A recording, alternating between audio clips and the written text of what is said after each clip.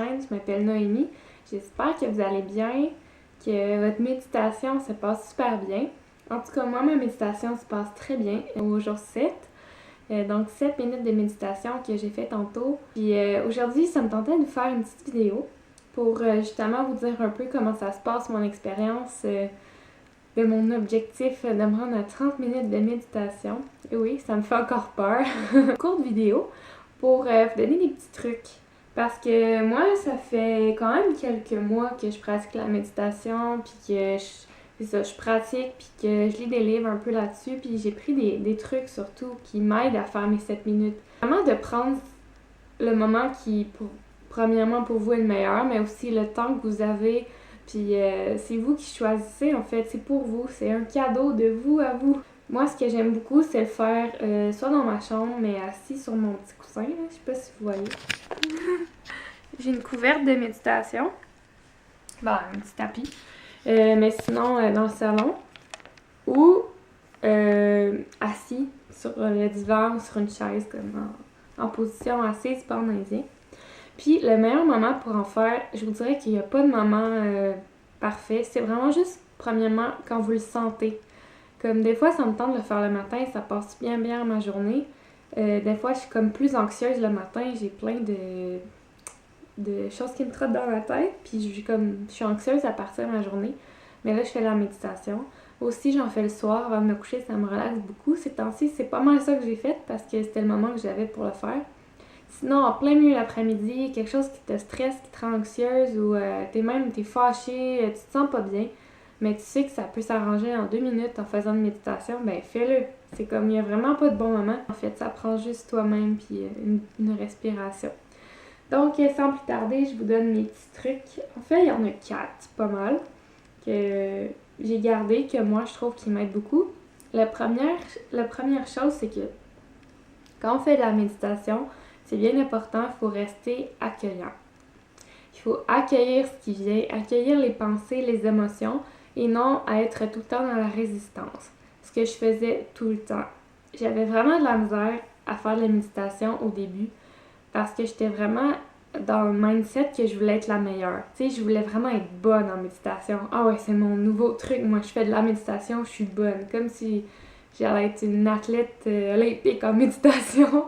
Je suis comme, ok, moi là, j'aurai pas de pensée. Là, ça va être clair dans ma tête. Il y aura pas de pensée, puis je vais faire 30 minutes demain facile. Et non, au contraire. J'étais tellement dans la résistance qu'à chaque fois qu'il y avait une pensée, ça me frustrait, puis je sortais de mon focus de ma méditation. Donc, c'est vraiment le contraire. Ce que j'ai appris en lisant puis en regardant des vidéos sur YouTube, c'est surtout qu'il faut rester accueillant puis ne pas juger ce qui vient. Donc, toutes les émotions, toutes les pensées que vous avez, faites juste vous en rendre compte. Vous êtes OK, il y a une pensée qui vient, il y a une émotion qui vient, puis après ça, vous choisissez ce que vous faites avec. Donc là viennent mes 4 trucs. Premier truc, c'est l'ancrage. Dans le fond, notre ancrage, ça va être notre respiration. Donc au début de ma méditation, je fais souvent 3 grandes respirations pour me mettre dans le mood. Donc je fais comme 3 respirations très profondes. Vous pouvez le sentir. Je dois expliquer, là, mais derrière le nez, où vos respirations rentrent et ressortent. Donc vraiment, moi je le sens derrière le nez, en haut de mes dents, comme ici, à l'intérieur bien sûr. Quand je respire, puis j'inspire puis j'expire, je sens la respiration passer. C'est là que ça rentre puis ça sort. C'est là que moi j'ai compris que c'était le point d'ancrage. Ça marche super bien parce que quand je sens que j'ai une émotion, une pensée, je dis bon, j'ai une pensée, qu'est-ce que je fais avec? Ben, je décide de pas la prendre, puis ça revenait à mon point d'ancrage, fait que je vais me focusser vraiment sur cette respiration-là, cette entrée et sortie de la respiration.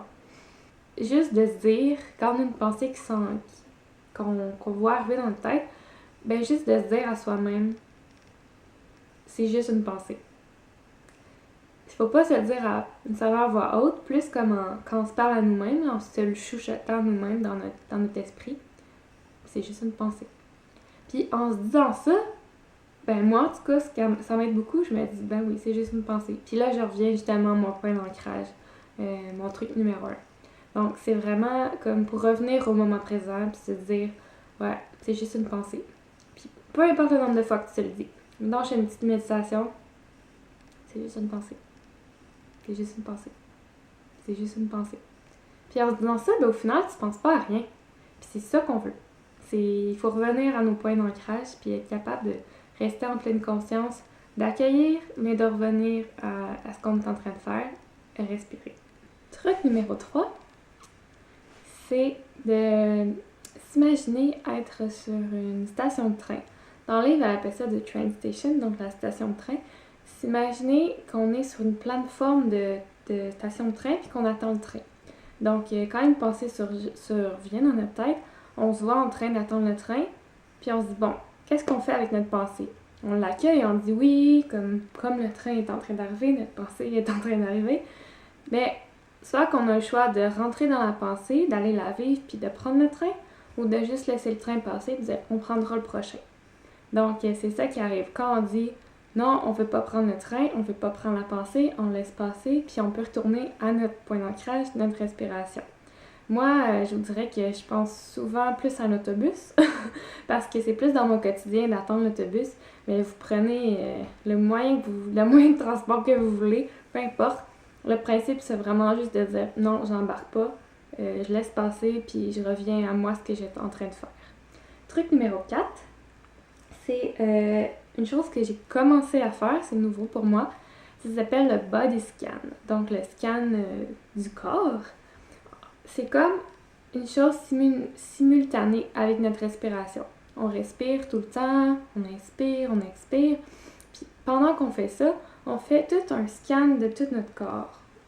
On va aller voir ce qui se passe, on va aller voir les sensations du corps, aller voir consciemment qu'est-ce qui se passe dans notre corps, si c'est un petit peu tendu, si c'est au contraire c'est très relax, si on sent des démangeaisons par exemple, si on sent si on a mal à quelque part, si on ressent une petite gêne à quelque part dans notre corps, si on ressent des picotements, peu importe.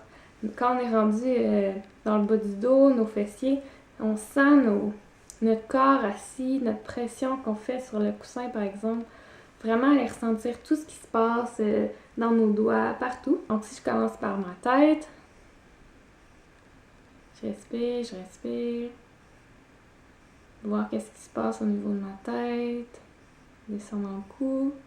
Il y a des petites tensions, je le sens, on a la tension. Puis si on a de la misère à se concentrer puis des pensées reviennent, ben on recommence, on revient à notre respiration, notre point d'ancrage. Puis quand on est prêt à recommencer notre scan, on repart d'où qu'on était rendu. Donc on est rendu dans le cou, on n'est plus capable, on a trop de pensées.